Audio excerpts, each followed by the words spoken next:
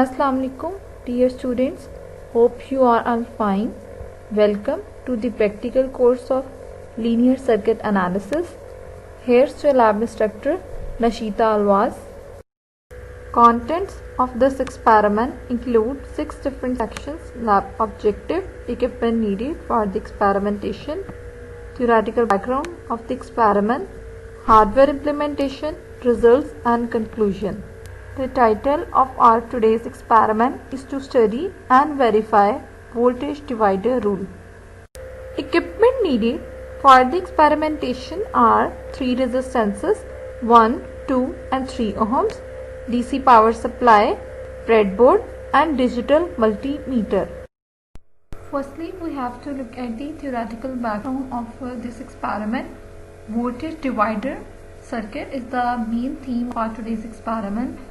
So a voltage divider is a simple circuit which turns a large voltage into a smaller one.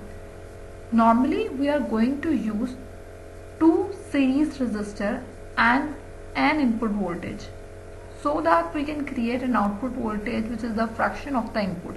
Means अगर हमारे पास input जो है वो ज़्यादा होगी, वोल्टेज डिवाइडर का सर्किट उस इनपुट को 2 पार्ट्स में डिवाइड कर देगा.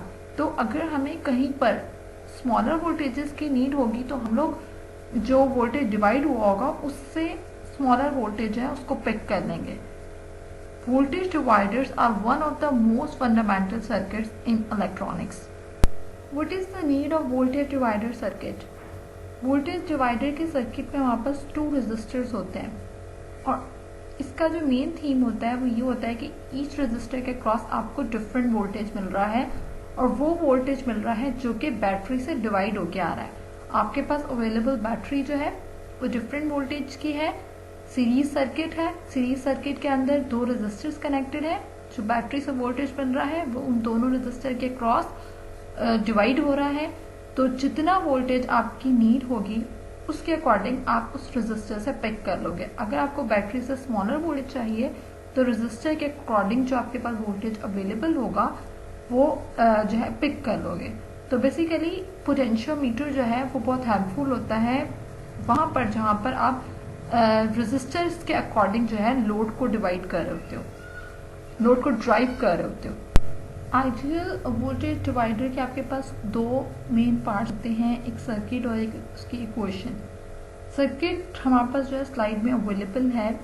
इसमें वी इन जो है वो एक सप्लाई वोल्टेज है जिसको हम एक सीरीज सर्किट पर दे रहे हैं और इस सीरीज सर्किट में 2 रेजिस्टेंसेस हैं R1 और R2. ठीक है, तो ये जो आपका सप्लाई वोल्टेज वी इन जो हम इस सीरीज सर्किट में दे रहे हैं वो इस 2 रेजिस्टेंस के क्रॉस जो है वो डिवाइड हो रहा है. R1 के क्रॉस डिफरेंट वोल्टेज मिल रहा है, R2 के क्रॉस डिफरेंट वोल्टेज मिल रहा है. सो अगर हमने जो है रेजिस्टेंस की प्रोपोर्शनैलिटी के अकॉर्डिंग जो है ड्रॉप हो रहा है R1 और R2 के क्रॉस वोल्टेज V इन, तो R1 और R2 के क्रॉस डिफरेंट वोल्टेज मिल रहा है.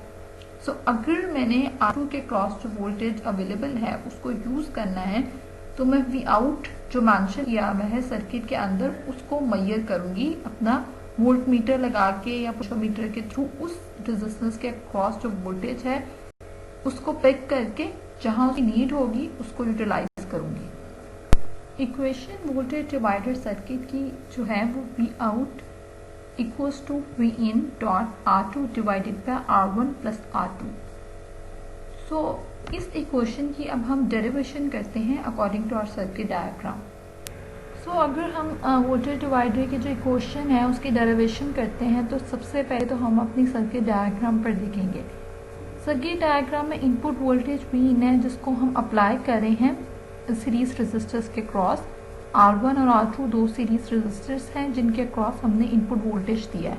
ठीक है, उसके बाद हम लोग जो हैं वो मेजर करना चाहते हैं output voltage V out from the central node to the bottom of resistors R2. तो R2 के क्रॉस V आउट को हमने मेजर करना है. V इन जो है वो हम सप्लाई कर रहे हैं. सीरीज सर्किट है हमारे पास. जब सीरीज सर्किट होता है तो टोटल रेजिस्टर हम लोग कैलकुलेट करते हैं दोनों रेजिस्टर्स को ऐड करके. अब R टोटल जो है वो आएगी R1 प्लस R2.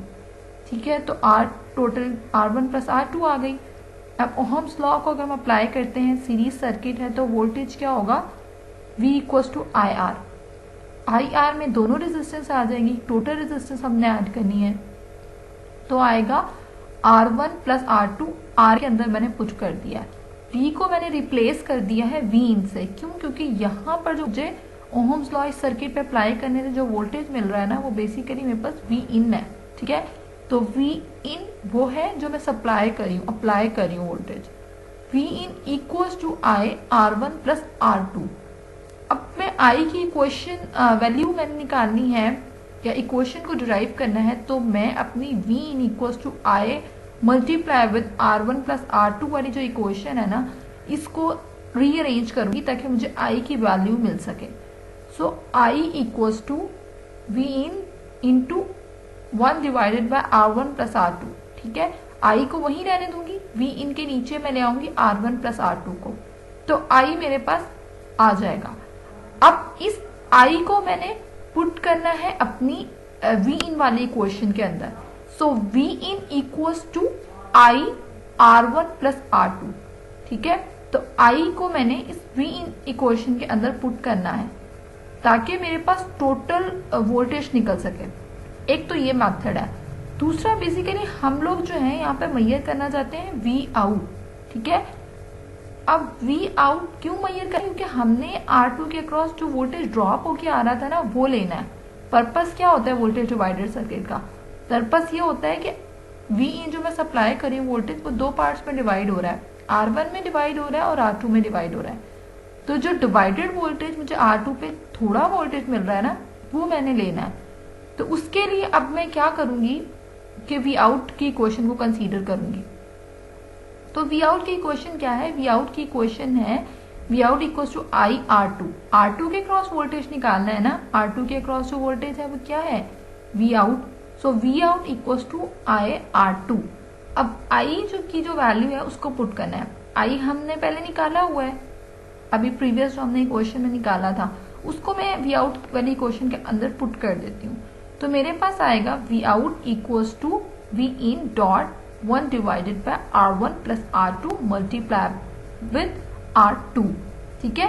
अब R2 को मैंने 1 की जगह पे रख दिया क्योंकि 1 के साथ मल्टीप्लाई करूंगी R2 को, तो क्या मेरी इक्वेशन बन जाएगी, V out equals to V in R2 divided by R1 plus R2। So V out जो है मेरे पास वो है आउटपुट वोल्टेज, V इन जो है वो है input voltage, R2 divided by R1 plus R2 क्या है, रेजिस्टेंस रेशियो। अब जब भी मुझे अपने वोल्टेज को डिवाइड करना है ना, थोड़ा वोल्टेज लेना है मैंने, तो V इन सप्लाई वोल्टेज देके दो सीरीज में रेजिस्टर अटैच करूंगी और जो दूसरी रेजिस्टर होगी R2, उसके अक्रॉस जो मुझे वोल्टेज मिल रहा होगा उसको पिक करके जहां मैंने वो थोड़ा वोल्टेज अपने सर्किट में देना है उसको मैं यूटिलाइज कर सकती हूँ। हमारे पास अब एक एग्जाम्पल है जिसमें R1 जो है वो 1 ओहम के इक्विवेलेंट है, R2 भी 1 ओहम के इक्विवेलेंट है। V इन मींस जो हमारा सप्लाई वोल्टेज होता है हमने 9 वोल्ट की बैटरी दी हुई है। अब इन वैल्यूज पे हम लोग जो है वोल्टेज डिवाइडर वाली इक्वेशन लगाते हैं, तो V out equals to 1 over 1 plus 1 जो है हमारी R2 रेजिस्टेंस थी, डिवाइड किया हमने R1 प्लस R2 जो 1 प्लस 1 मल्टीप्लाई किया V इन से, तो वो 9 के इक्विवेलेंट था। तो V आउट मेरे पास निकला 4.5 वोल्ट। अब इस एग्जाम्पल को हमने अपने सॉफ्टवेयर टेस्ट करना है और चेक करना है कि वोल्टेज डिवाइडर का जो थ्योरेटिकली या मैथमेटिकली आंसर निकला है, सॉफ्टवेयर भी हमें वही दे रहा है या नहीं। वोल्टेज डिवाइडर रूल जो है वो हमने वेरीफाई करना है। तो उसके लिए जो सर्किट का अरेंजमेंट है वो ये है कि हम जो तीनों रजिस्टर हैं वो सीरीज में लगाएंगे। और ये जो आपका जो फर्स्ट रजिस्टर है ये 1K का है, 1 किलो ओम का है, दूसरे वाला 2 किलो ओम का है और तीसरे वाला 3 किलो ओम का है। हमने इन तीनों रजिस्टर को ब्रेडबोर्ड के ऊपर जो है वो सीरीज में लगा दिया है और उसके बाद जो है हमने पावर डीसी जो पावर सप्लाई है वहां से जो है हमने इसको वोल्टेज 3 वोल्टेज दे दिए हैं, ठीक है। तो इस अरेंजमेंट के बाद जो इनका जो क्या कहते हैं परफॉर्म करना है वो ये है कि हम ये देखेंगे कि यहाँ पे जो हमने टोटल वोल्टेज अप्लाई किए हुए हैं और उनका जो सम है वो टोटल वोल्टेज के जो है वो बराबर होना चाहिए, और उसके बाद हम फार्मूले की मदद से जो है वोल्टेज डिवाइडर वाला फार्मूला लगा के हम वेरीफाई कर लेंगे। तो हम जो है 1 बाई 1 इसको देखते हैं कि ये जो है इसके ऊपर जो है वो कितने वोल्टेज जो है वो रजिस्टर्स के ऊपर आ रहे हैं। तो हमने 3 वोल्टेज अप्लाई किए हुए हैं। जो फर्स्ट वन का रजिस्टर है उसके ऊपर हमने वोल्टेज मेजर करने के लिए वोल्ट मीटर जब लगाया तो उसकी रीडिंग कुछ आ रही है 4.43। ठीक है, माइनस का साइन इसलिए आ रहा है कि हमने जो उसकी पोलैरिटी है वो उलट लगाई हुई है। तो हम दोबारा इसको देखते हैं कि किस तरह। अब मैंने पोलैरिटी सही लगाई है तो साथ में माइनस का साइन नहीं आ रहा। 0.43 जो है हमारी V1 की रीडिंग है। अच्छा, इसी तरह हम दूसरे वोल्टेज के ऊपर जो है वो हम अप्लाई करेंगे तो ये 0.99 है और V2 और V3 जो है हमारा जो है वो है 1.45। ठीक है, तो इन तीनों के सम जो है आप ऐड करें तो ये तकरीबन जो है वो 3 वोल्ट की इक्वल ही आएगा। तो पहली जो रीडिंग है वो हमारी वेरीफाई हो गई। ठीक है, अब दूसरी रीडिंग की तरफ हम बढ़ते हैं। हम इसके वोल्टेज बढ़ाएंगे और उसके बाद हम रीडिंग लेंगे। तो हम ये वोल्टेज इसके बढ़ा रहे हैं, 3 से मैंने जो है वो 4 वोल्टेज कर दिए हैं इसके। ठीक है, अब हम जो है वो उसी तरह जो प्रोसीजर है वो हम दोहराएंगे कि फर्स्ट वन जो है वो उसके अगेंस्ट में V1 कितने वोल्टेज आ रहे हैं, ये 0.56 आ रहे हैं, V1 होगा। और ये R2 के क्रॉस जो V2 होगा हमारा, ये आ रहे हैं 1.2 आ रहे हैं। और R3 के क्रॉस जो है V3 जो हमारे वोल्टेज आ रहे हैं वो 1.8 आ रहे हैं। तो इन तीनों का जो सम है वो भी ऑलमोस्ट 4 के इक्वल होगा। ठीक है, तो हमारी दूसरी रीडिंग भी कंप्लीट हो गई। तो अब हम तीसरी रीडिंग की तरफ बढ़ते हैं। हम 4 से मैं इसको ना 5 इंक्रीज कर रहा हूँ। डीसी पावर सप्लाई की मदद से जो है वो मैंने इसको 5 वोल्टेज कर दिए यहाँ पे, ये एडजस्ट कर दिए। अब दोबारा हम जो है वो तीसरी रीडिंग के लिए तो हम इसके V1 मेजर करेंगे, V2 मेजर करेंगे और V3 मेजर करेंगे। इसी तरह देखें V1 जो है वो मेजर किया तो उसकी रीडिंग आ रही है 0.71। इसी तरह जो V2 की रीडिंग आ रही है वो आ रही है 1.6। और इसी तरह V3 की R3 के क्रॉस जो रीडिंग आ रही है वो आ रही है 2.3। तो इन तीनों को जो है वो हम ऐड करेंगे तो वो जो है आपकी जो क्या कहते हैं अप्लाई जो वोल्टेज है 5 के इक्वल हो जाएंगे। और उसके बाद जो है ये आपकी जो है वो क्या कहते हैं ऑब्जर्वेशन जो है वो मेजर जो है वैल्यू है। और उसके बाद जो है ये आपका टेबल है, ये आप जो है वो जो ऑब्जर्व जो है वो आप यहाँ पे मेजर वैल्यू यहाँ पे फिल करेंगे और कैलकुलेटेड वैल्यू आप यहाँ पे जो है वो फार्मूले की मदद से जो है वो मेजर करेंगे। फिर इन दोनों का फर्क जो है वो एरर यहाँ पे लिखेंगे। ठीक है, और ये ऊपर जो है वो फार्मूले दिए हुए हैं वोल्टेज जो है वो डिवाइडर के, तो इसकी मदद से आप जो है परफॉर्म करेंगे। तो आज का जो हमारा टास्क है वो कंप्लीट हुआ।